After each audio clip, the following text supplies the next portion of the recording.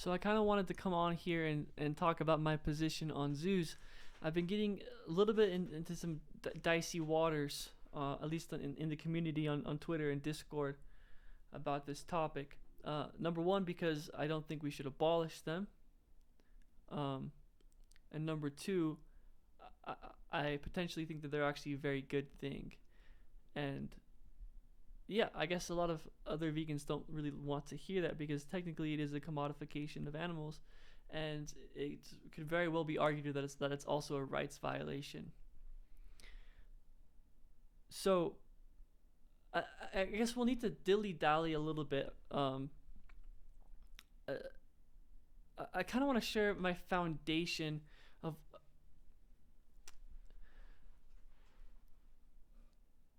If I share the foundation, you might understand where I'm coming from.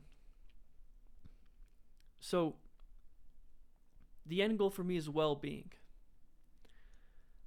And typically, to reach well being, you ought to value um,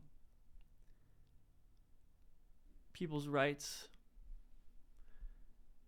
The word rights is a little bit of an interesting term. It's hard to define what a right actually is, but um, yeah, you tend to value some sort of rule or right.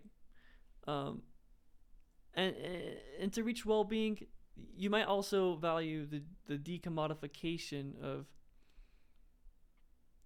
of sentient creatures, and that might actually fall into some sort of right.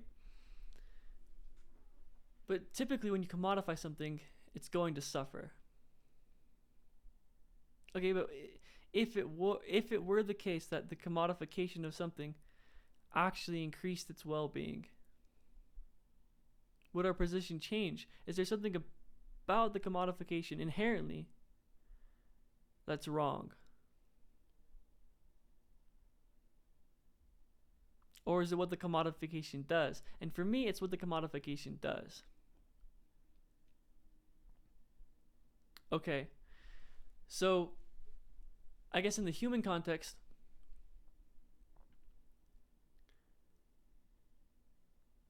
if I were hooked up to the matrix, right, and they're using my body's energy, my brain or whatever, for a battery to charge some other world, but the matrix world is better than the real world, then I think it is actually a good thing that I was commodified. It was a good thing that I didn't consent. Like even though I didn't consent to it, even though someone could have just come up in the middle of the night, bop me on the head, and put me into the matrix. If that world has greater well-being, that was a good thing. So that's sort of the foundation.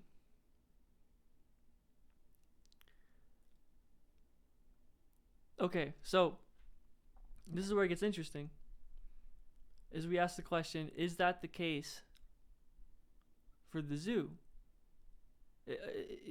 How could that be true, right? We're putting animals in these small cages and they're walking back and forth, and we see clear signs of distress. First of all, I don't think it's entirely clear that the distress that they face in the zoo is more distress than what they feel in the wild. I'm actually not positive that's even the case. I'm agnostic on that. I actually don't know. I think it's very possible that they're actually happier in the wild. I also think it's very possible that they're happier in the zoo, actually. So number one, I don't think it's even that clear that they would be happier outside of the zoo. Okay, so the next question is, well, why have them in a zoo when you could just have them in some sort of a sanctuary? And yeah, great. I'm all for sanctuaries. That's awesome. The big issue with sanctuaries is that they don't get the funding A lot of them are nonprofits. They work off of donations. So they don't always have the funds to actually take care of the animals. Okay, well, let's reverse a little bit. Because I think we need to sort of define what a zoo is. Typically, when I say zoo, and I think what most people think of when I say zoo is a place that they can go and buy a ticket and then go watch animals in captivity. Okay? So there's nothing saying that you can't have what you would probably deem as a sanctuary, where you have all these, sort of rescued animals that can't survive in the wild, or something of that nature, living out their happy lives without the threats of, predators and all sorts of other suffering that happens in the wild. But then people go up to the ticket booth and they say, 2 tickets, please. And they go watch these animals.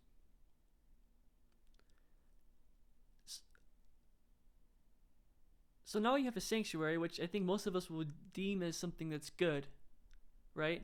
And now you have a profit motive, which gives funding towards the actual well-being, to taking care of these animals. Okay? On top of this, you potentially have them in a happier environment than they would have been in the wild because of all the wild animal suffering. And if it's not the case that the wild has more suffering than the zoo, then simply, just as a sanctuary would, you have animals which can't survive in the wild, animals that have deformities, or maybe broken bones or such, or animals that can't survive in the wild. You just have them in sanctuaries so they can live out their life. Essentially, an ethical zoo would be a sanctuary that sells tickets. Now, there's another issue that this sort of brings up, and that's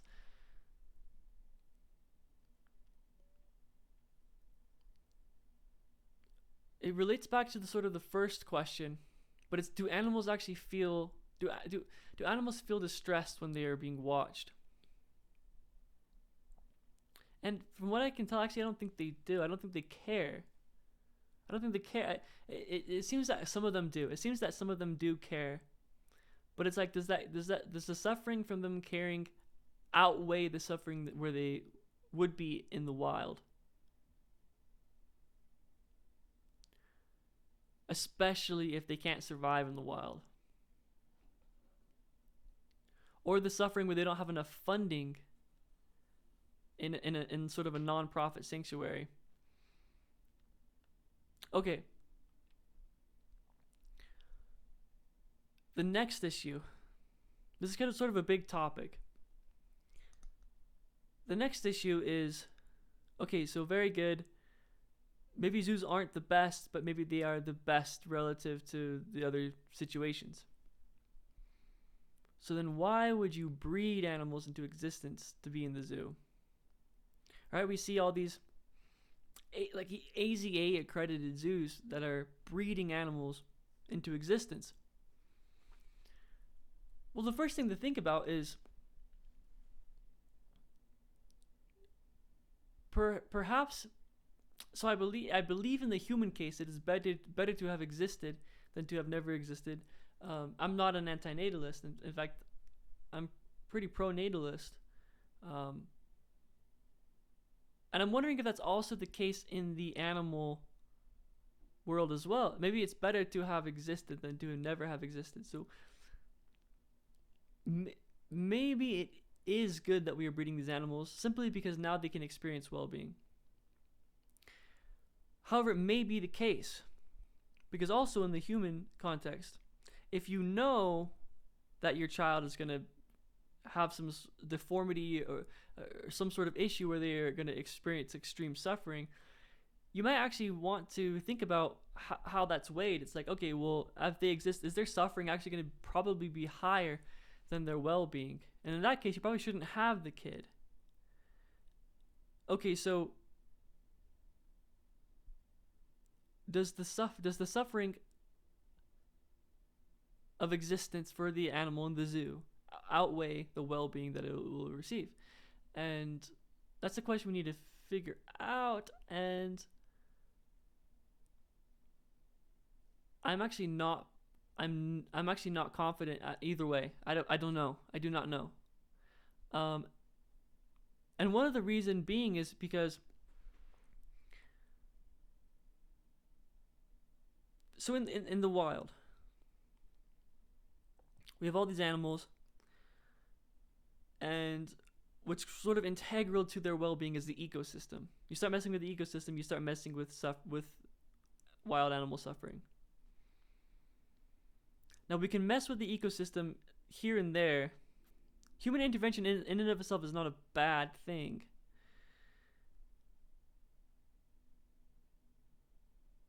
But mess with the ecosystem and bad things very well will probably happen. Okay, so if you want to increase well-being of wild animals, it's probably a good idea to really take care of the ecosystem. So if you see certain species becoming extinct from the ecosystem, and we have the ability to breed these animals and then release them back into the wild to protect the ecosystem,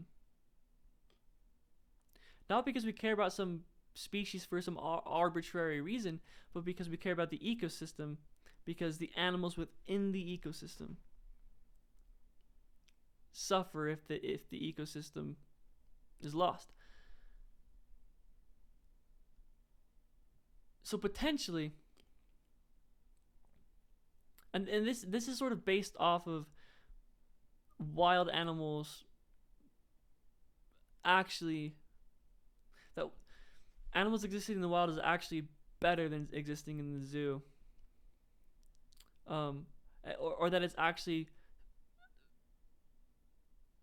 necessary for the maximization of animal well-being.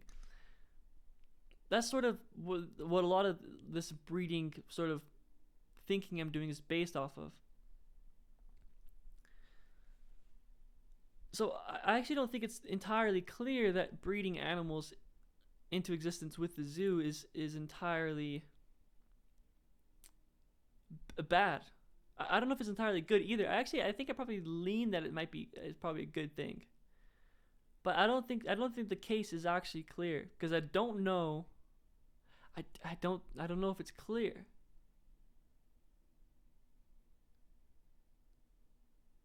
So at the most, it's a neutral thing. But because I typically view life as a good thing, I typically view existence better than non-existence, I'd lean towards that it's probably a good thing.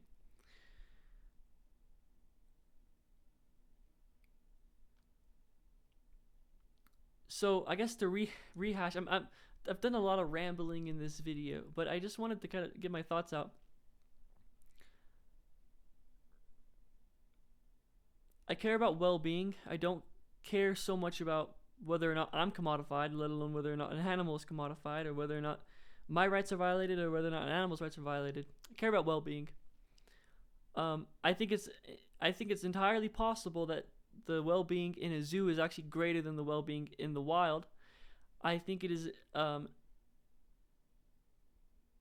very probable that sanctuaries are good. I think that if a sanctuary simply just sold tickets to the public, it would then be classified as a zoo, and that would be a good thing.